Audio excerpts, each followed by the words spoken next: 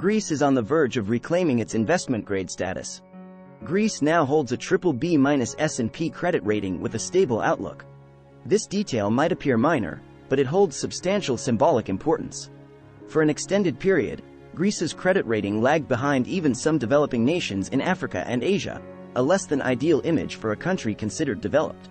After enduring 13 years labeled as junk, the most precarious classification, Greece has triumphantly ascended to investment-grade status once more. This upgrade mirrors a significant turnaround in its economic landscape, recovering from an intense economic downturn where its GDP plummeted by 25% and unemployment rates soared above 27%. Greece plays a pivotal role on the global stage as one of the world's developed nations. Despite achieving swift growth post-World War II, it has found itself on the lower development spectrum within the EU. Challenges such as limited natural resources, slow industrial growth, and struggles with public sector inefficiency and corruption have marked its journey.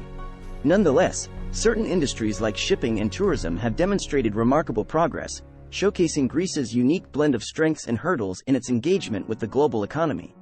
Today, Greece is not only known for its beautiful islands and rich ancient history but also for its economic challenges. The Greek economy took a serious hit during the years of crisis and austerity. It became a symbol of national mismanagement over the past 2 decades. Starting from its peak in 2008, Greece found itself at the center of the Eurozone crisis. Poorly planned decisions in the country had a ripple effect across the entire region, leading to slashed household incomes and pensions, the collapse of hundreds of thousands of businesses, and almost a third of Greeks lost their jobs. But today, Greece is booming as one of Europe's fastest-growing economies.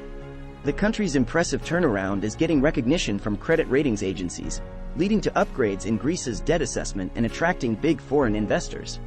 Moreover, the Greek debt-to-GDP ratio is on the decline, going from a high of 207% in 2020 to 172% in 2022. The economy is thriving, growing at twice the average rate of the Eurozone. Tourists are flocking back, driving a construction boom and creating new job opportunities. Major international companies, including Microsoft and Pfizer, are making investments.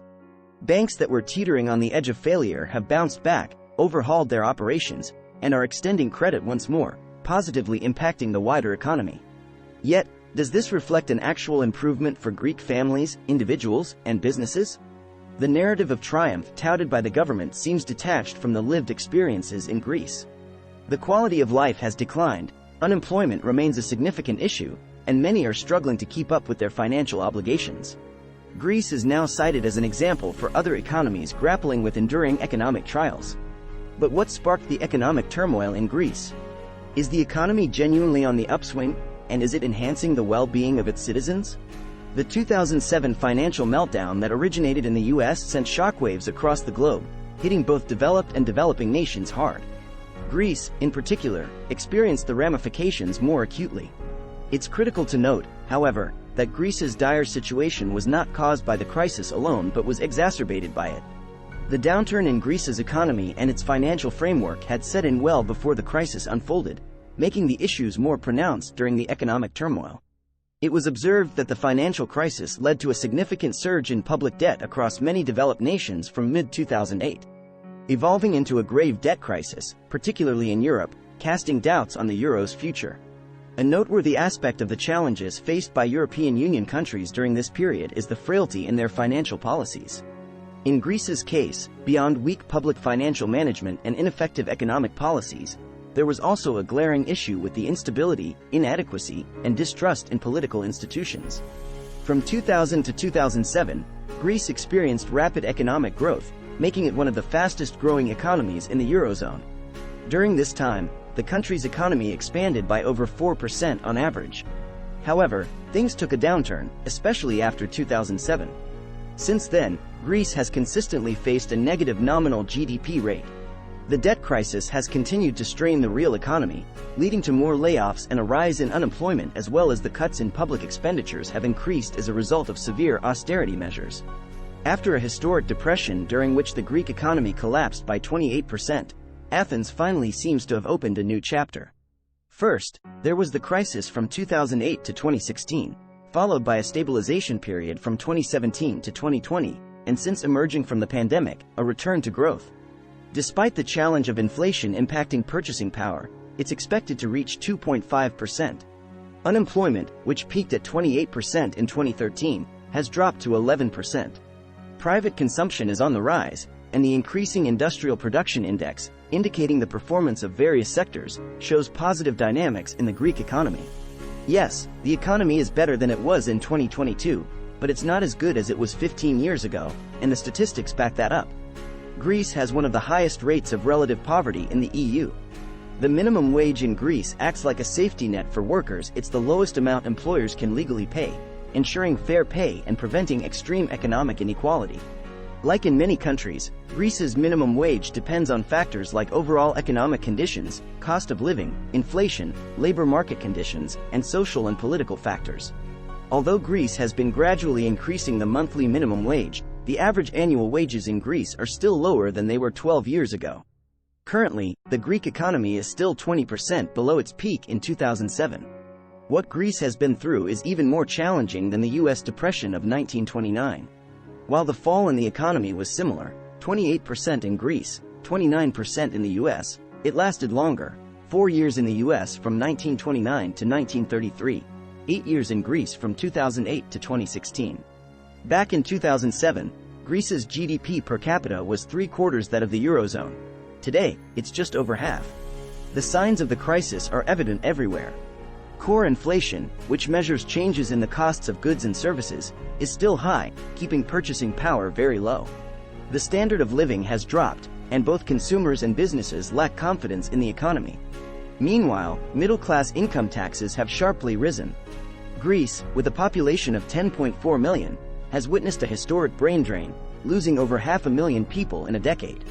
This brain drain, comprising mainly university graduates and postgraduates, has emigrated to other EU countries since 2010, exceeding 2/3 of the total. The phenomenon of brain drain is visibly taking a toll on Greece's economy.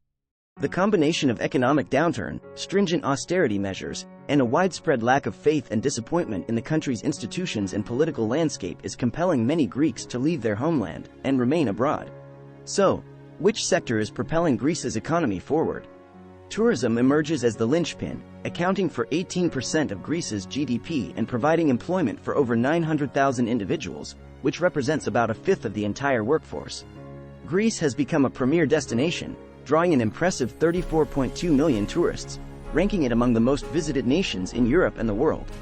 The country's appeal to tourists is largely due to its profound cultural heritage and the plethora of historical sites, particularly in Athens.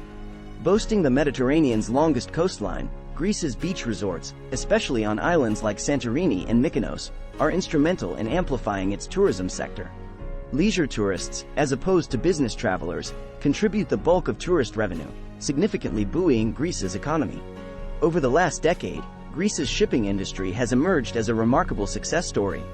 Positioned within the top 5 ship-owning countries, alongside Japan, China, Singapore, and Hong Kong, these nations collectively hold sway over more than 50% of global maritime tonnage.